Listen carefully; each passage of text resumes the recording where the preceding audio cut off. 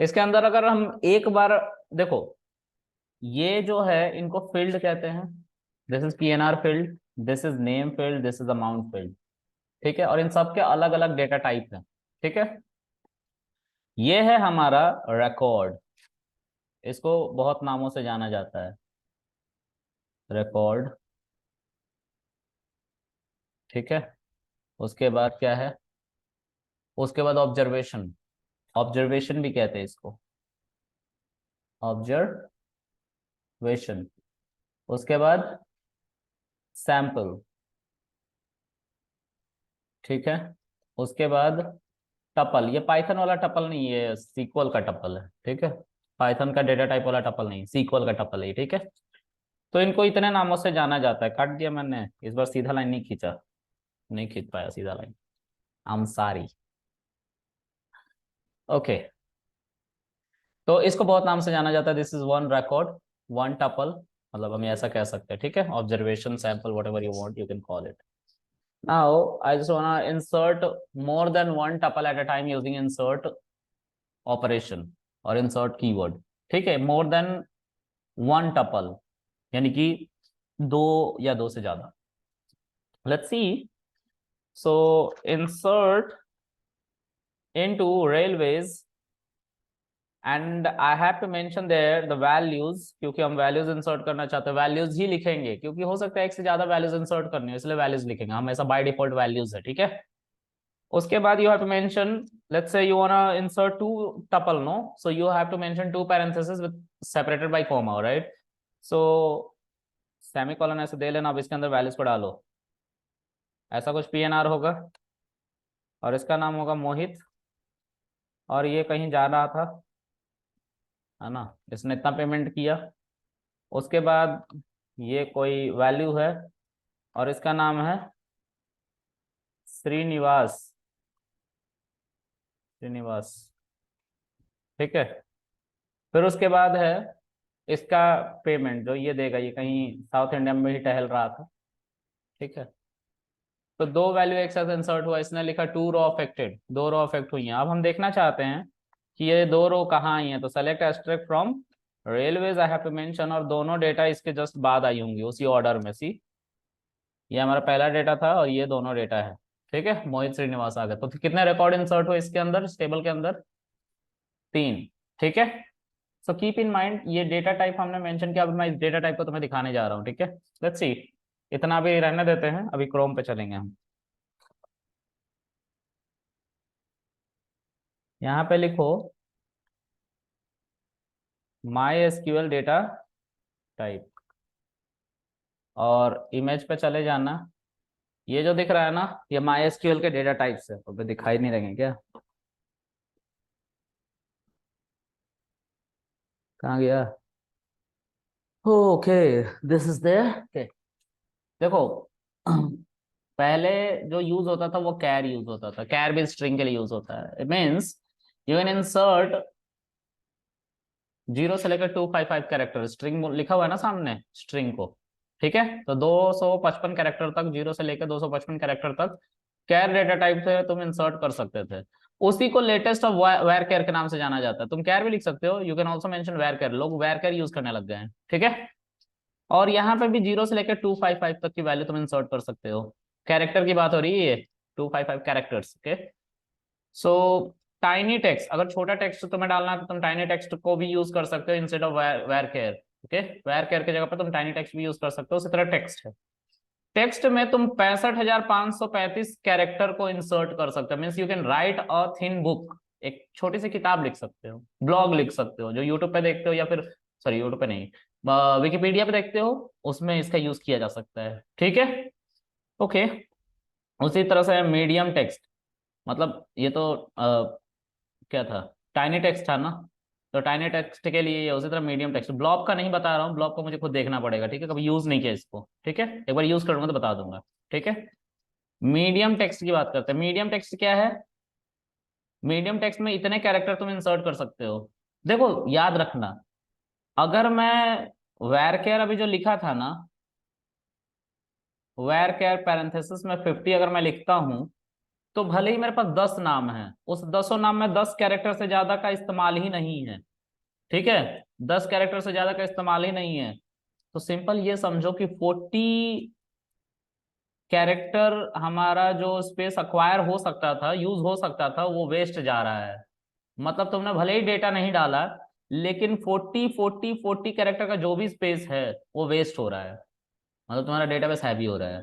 तो हमेशा इस बात का याद रखना कि कितने बड़े नाम जा रहे हैं, उसी के हिसाब से अपना स्पेस साइज देना। उससे क्या होगा, मेमोरी एफिशिएंट तुम्हारा डेटाबेस कहलाएगा, मेमोरी बचाएगा, फास्ट चलेगा। ठीक है, ओके, आगे। अब इसके बाद मीडियम टेक्स्ट है, मान लो कि एक मुझे अपना क्या लिखना है, आत्मकथा लिखनी है। अपनी आत्मकथा में मैं क्या लिखूंगा, क्या लिखोगे तुम अपनी आत्मकथा में? पाइथन का सिलेबस सर। पाइथन का सिलेबस लिखेगा विपिन अपनी आत्मकथा में। मैं एक दिन जा रहा था, जाते जाते मेरी सर ऊपर उठी और ड्यूकेट के बोर्ड पे मेरा नाम गया, मैं आंखें गई, और मैंने सोचा पाइथन सीख लेता हूँ ये आत्मकथा में लिखेगा।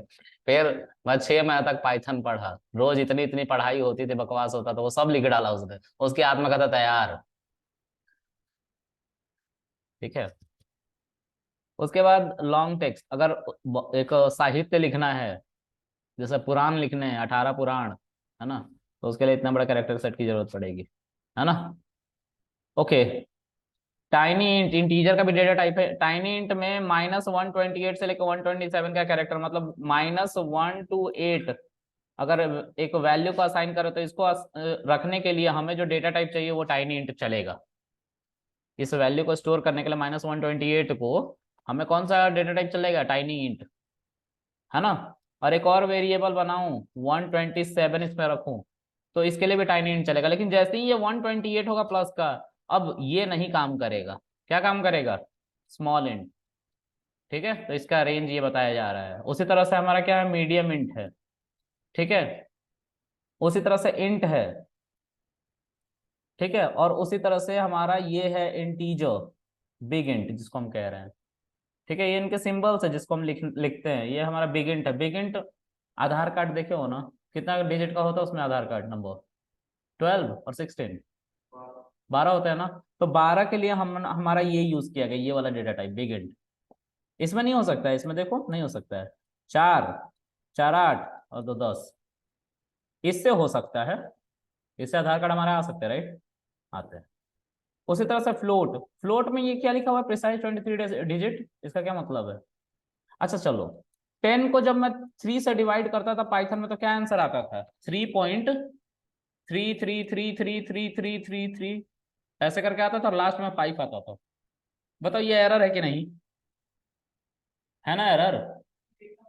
तो ऐसे एरर, प्रिसाइज वैल्यू मतलब अगर फ्लोट वैल्यू है तो 23 डिजिट उसमें प्रिसाइज होंगे, उसके बाद का जो होगा एरर देने लग जाएगा। अगर तुम क्या यूज करोगे, फ्लोट यूज करोगे तब। इसीलिए फाइनेंशियल कैलकुलेशन में लोग डबल का यूज करते हैं तुम जो बैंकिंग सिस्टम यूज करते हो ना, उसमें डबल डेटा टाइप का यूज किया गया है। मतलब एक ऐसा डेटा टाइप जिसमें 53 डेसिमल प्लेस तक सब कुछ ठीक ठाक रहे। ठीक है, 53 डेसिमल प्लेस तक सब कुछ ठीक ठाक रहे, एरर ना आए, है ना। नहीं तो 10 करोड़ उपभोक्ता है और 50 पैसा सबके अकाउंट से इधर उधर हो गए, तो 5 करोड़ का हिसाब किताब मिलेगा ही नहीं अकाउंटिंग में। ठीक है, चलो आगे डेसिमल की बात करते हैं। तो स्टोर एज स्ट्रिंग, डेसिमल जो है वो स्ट्रिंग की फॉर्म में स्टोर करता है वैल्यूज को। उसी तरह से डेट है, डेट को देखो डेटाबेस में माई एसक्यूएल के अंदर पहले ईयर की फॉर्म में, फिर मंथ, फिर डेट, इस फॉर्म में स्टोर किया जाता है डेटा को। ये बाय डिफॉल्ट, इसको चेंज नहीं किया जा सकता, कोई नहीं कर सकता। जिन्होंने माई एसक्यूएल बनाया वही कर सकते हैं सिर्फ इस सीक्वेंस को चेंज।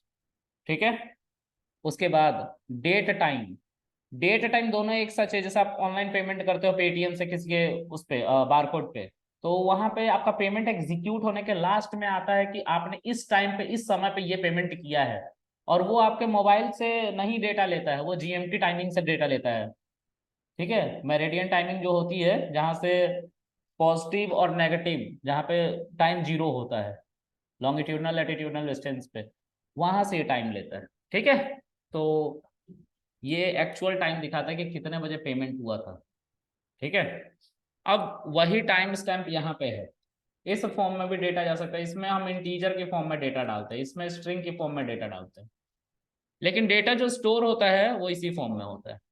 फिर उसी तरह से देख लो, पहले घंटा, फिर मिनट, फिर सेकंड। ठीक है। उसके बाद टाइम से भी डालना है तो टाइम के लिए यही वाला सीक्वेंस है, सीक्वेंस में नहीं बदला हुआ, सीक्वेंस वैसे ही है। उसके बाद ई नम सेट और बुलियन।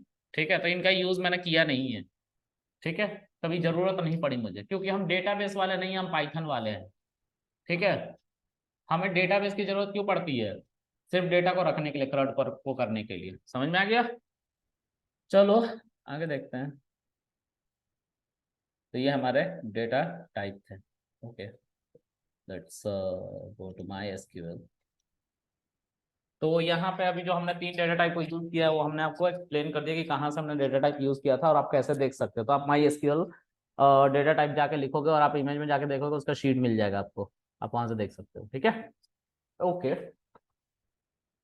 अब मान लो कि मैं चाहता हूं कि सभी अमाउंट को ऐड करके बता दो टोटल कितना। कल को हो सकता है कि सभी बंदे का, मतलब सुबह से लेकर शाम तक जो भी बिलिंग हुई है इंडियन रेलवे की एक स्टेशन पे, वो चाहता है कि हम सारा का सारा बिल को ऐड कर ले। तो मैनुअली तो नहीं ऐड करेगा ना, एक एसक्यूएल डेवलपर को रखेगा, वो बोलेगा सर मैं ऐड करके बताता हूँ, तो वो लिखेगा सेलेक्ट सम अमाउंट ऐसे फ्रॉम रेलवेज, इतने का बिलिंग हुआ है सर अभी तक, ये क्वेरी है। ठीक है, तो इसको एग्रीगेट फंक्शन भी कहते हैं। एग्रीगेट फंक्शन में जैसे हमारे पाइथन में सम होता है ना, एक लिस्ट को बना के और उसको सम फंक्शन के अंदर डाल दे, उसकी सारी वैल्यू ऐड हो जाती है। उसी तरह इसके अंदर भी एक सम एग्रीगेट फंक्शन होता है। इसको हम भी बना सकते हैं, एसक्यूएल एक लैंग्वेज है ना, तो उससे हम कोडिंग कर सकते हैं, उसमें इफ एल्स कंडीशन वगैरह सब कुछ लगा सकते हैं, लेकिन उसके लिए एसक्यूएल पीएल एसक्यूएल वगैरह भी आनी चाहिए। ठीक है, ओके। चलो आज के लिए इतना रखते हैं। ठीक है, एक बार इसको पढ़ना आप लोग भी और मुझे बताना। ठीक है, हाँ जी।